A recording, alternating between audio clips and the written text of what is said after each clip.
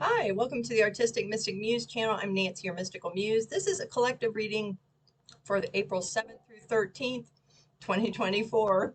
Must be a big one. We got a little affirmation there. So welcome back, my regular people, my subscribers, my newbies. So grateful you're here. Again, take what resonates and leaves the rest behind. So this week is all about relationship changes. And they said plural, even though this says relationship change. This is a 56, which converts to 11. Intuition, new beginnings, enlightenment, understanding that these things occur. Change is a big theme in staying adaptable, learning to pivot, right? So the relationship changes I'm being told by my guides are on a lot of different levels. For some of you, it could be just one area, it could be more than one. First, we're going to talk about the relationship change you have with yourself, how you love yourself, how you look at yourself, right? And knowing that you and your soul, your higher self are a partnership that are meant to work together, right? So there's that aspect, right? Examining things about yourself and learning to love yourself. Other relationship changes could be with family, coworkers, people in your community, right? Things that are changing, either new ones coming in or old ones are time to be released.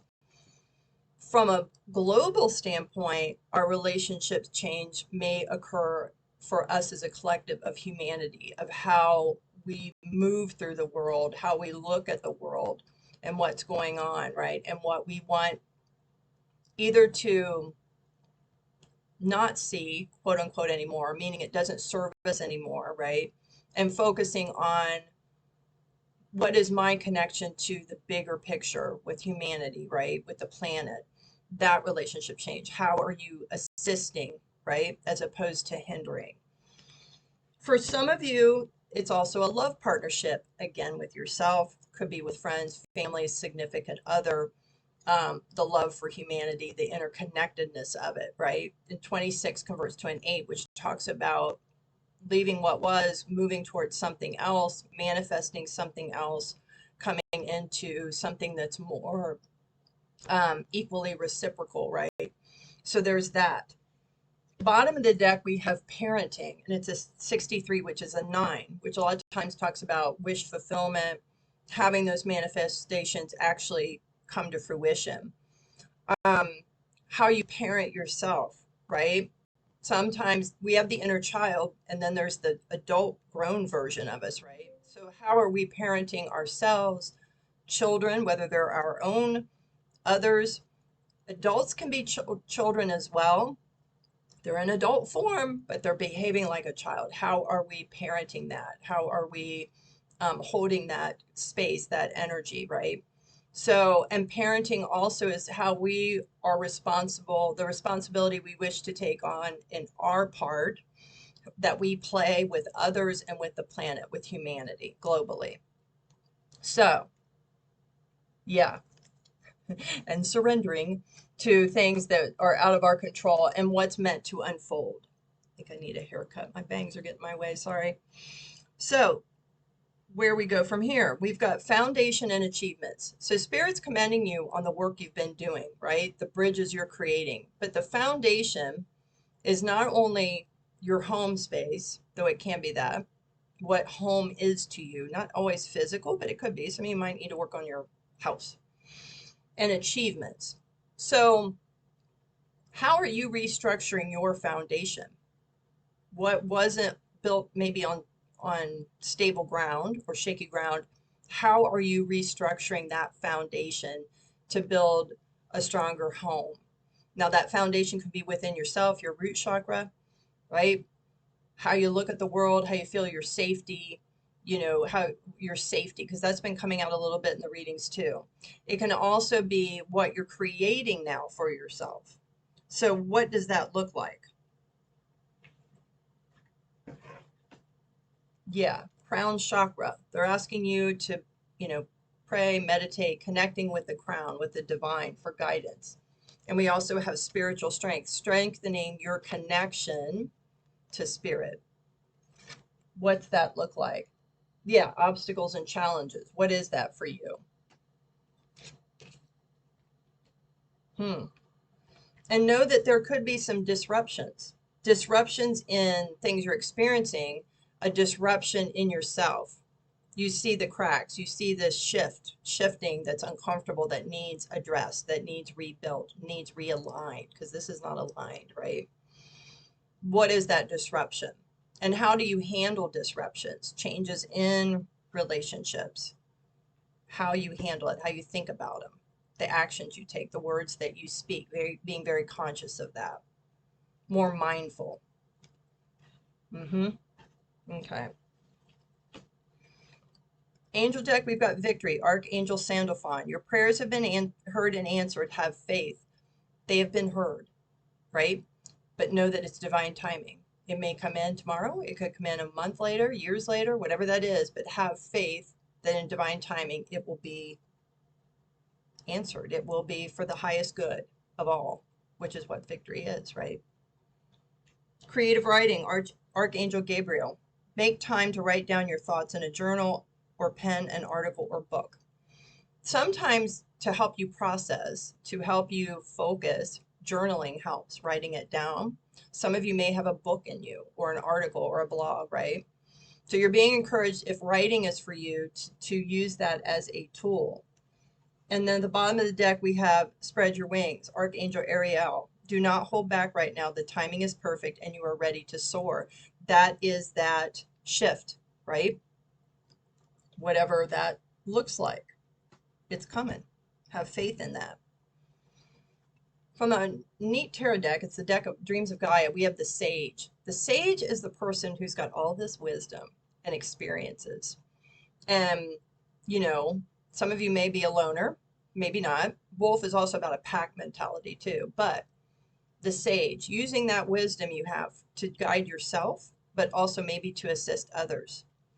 And then we have the Nine of Swords. And in this deck, it's a little different. It's not about anxiety and what have you. This talks about connectivity to source. And we've got the lotus flower. We have the sword of truth, victory. Also knowledge, wisdom, speaking your truth, and cutting out things that do not resonate, that do not belong, that do not work for your highest good. Connecting to your intuition, right? And source, universe, God. So that is a thing. Bottom of the deck, we've got Three of Cups, which talks about what makes you happy, what brings you joy, celebrations for some of you maybe this week, small victories even, right? Or big victories. But that's the overlying energy. My fearless freedom lights up the world. Being fearless, stepping into your own truth, stepping into your own power, and leading by example, leading for yourself, right? And there may be people who you don't even know that it's how you interact with them, or they've watched you, right? That is your light.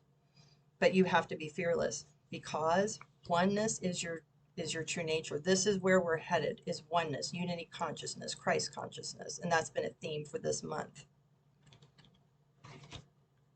In any moment, I can surrender to the powerful presence of love through prayer, contemplation, and stillness. Connecting can be out in nature as well, not just through prayer meditation, or through something you do. Like for me, it's weaving, it's beading, it's sewing.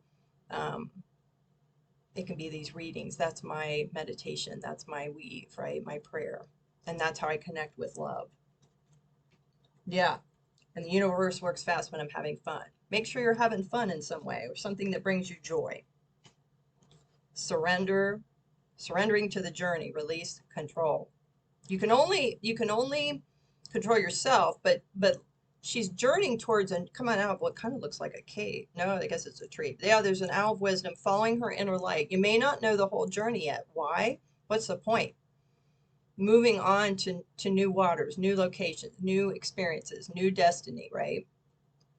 But you got to release control. You can put something out there, but if you're too specific, just know it takes the universe a lot longer to try to connect and make that happen.